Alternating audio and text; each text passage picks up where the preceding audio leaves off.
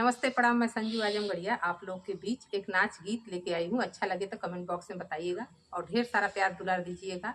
मेरे चैनल को सब्सक्राइब और सपोर्ट करिए। तीसिया कतेलावा करहिया जर रे नाना दी, करहिया जर रे नाना दी। अरे वो इसे जर जियरा हमार छोटी नाना दी। अरे वो इसे जर जियरा हमार छोटी नाना दी। जियरा के जरले मैं सासुरु के पवतों रे, अरे सासुरु के पवतों रे। अरे भेजी दे तो आजमगढ़ चलान छोटी नदी। अरे भेजी दे तो आजमगढ़। किसिया कतेलावा करहिया जर रे नदी, करहिया जर रे नदी। अरे वो इसे जर जियरा हमार छोटी नदी।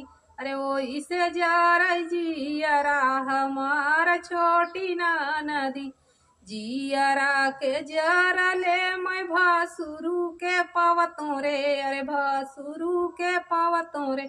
अरे भेजी दे तो आजमगढ़ चलान छोटी नदी।